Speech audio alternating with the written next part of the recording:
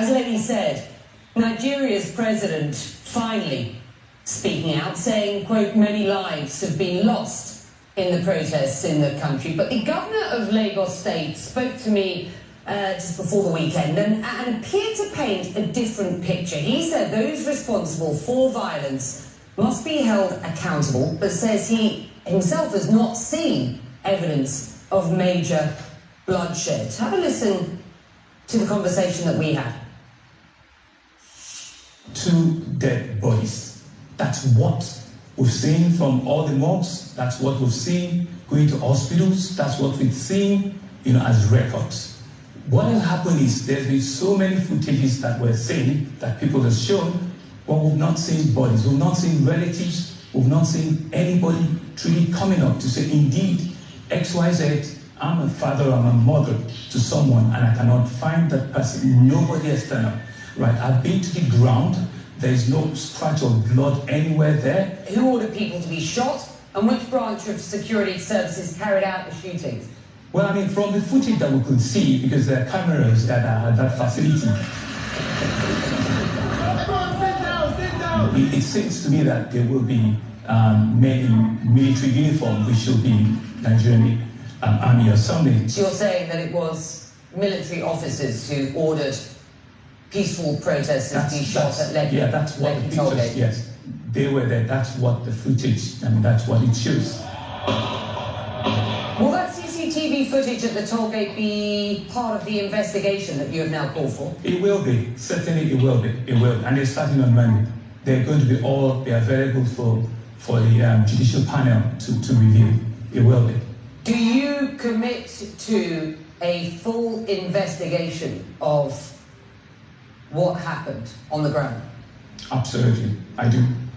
And will people be held accountable? They certainly would. We'll do everything to ensure that they are held accountable. We'll do everything. It's a very simple question. Will they be held accountable? Well, to the extent that I'm not the commander-in-chief of the armed forces, I'm the governor of the state, right? The report will be out. We will channel the report to all the relevant authorities in the state to ensure that everyone that is found culpable is accountable for their acts. 2017, they've been announcing that the SARS unit has been disbanded. They announced in 2017, announced in 2018, announced in 2019, now in 2020, they announced again. And they just think we're stupid because you're literally just renaming this unit and expecting us to say, oh yeah, wow, that's great. The SARS, or Special Anti-Robbery Squad, has been described as nothing but a money-making terror squad with no accountability. Random, I've heard it described as vicious, I've heard it described as wholly set on extortion. This criticism will not be new to you, and in the past, the government has promised to scrap the group on a number of occasions. Why should anyone believe the government this time around? The president made a pronouncement and says it's been disbanded.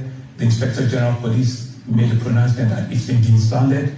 Then the protesters, they went forward and said we want 5 for 5, meaning we have 5 other things that we want government to do ASAP. Some, yes, we could deal with within days. Some will take fairly longer time, a month, 2 months, 3 months. What about the disappeared over the years? The what, ma'am? The people who have disappeared at the hands of the Special Anti-Robbery Squad. Yeah, so that's what it is.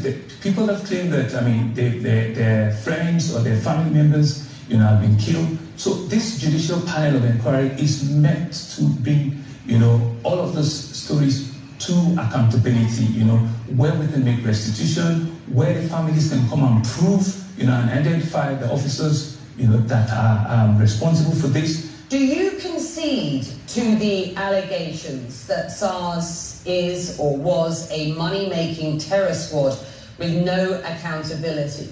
Well, those are very strong words, and I think it would be very unfair to just generalize, everyone like that.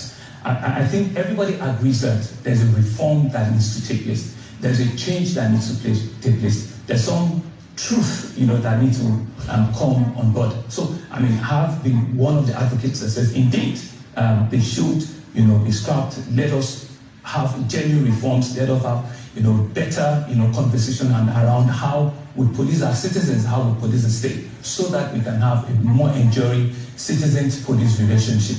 If you do not concede to the descriptions that I have seen and heard of the group, then how would you describe the Special Anti-Robbery Squad?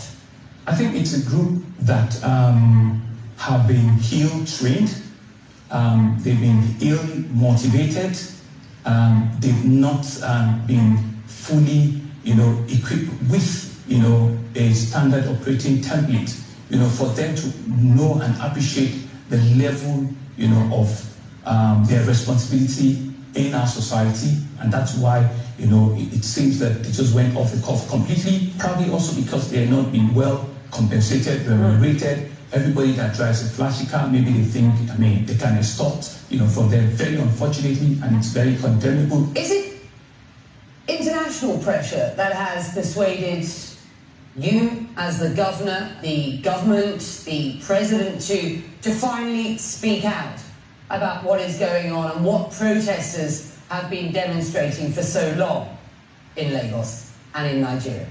There is no international pressure whatsoever. These are genuine protesters that we all believe, we all acknowledge. I was the only first governor, amongst them, with due respect to all my other colleagues who all came out to meet with them. I was the first that led from the front. I carried the NSAD flag, with them. I met with them twice, and we all had the rally together. We all walked together. Do you genuinely believe that there will be change as a result of what has happened over the past couple of weeks? I mean, there seems to be genuine... I genuinely, Becky, I genuinely believe there will be change for two reasons. One, what had happened, especially in Lagos, is extremely unimaginable. That's number one. Number two, it was a clear call, for all of us in government, especially, understanding and realizing, what the youth, what they truly want us to be doing, so it hit all of us like a thunderbolt, and it was just, a wake-up call. A clarion call to all of us in government, the Lagos State Governor told me. Reactions to the unrest in Nigeria have been widespread. It isn't true to say there hasn't been international condemnation of this, because there really has. On Sunday, Pope Francis called on his faithful to pray for Nigeria and said he is deeply concerned about the violence between police and young protesters. And Formula One driver Lewis Hamilton called police brutality in Nigeria a human rights crisis, posting a photo of himself in a #EndSARS t-shirt. Let's get you up to speed on some of the other stories.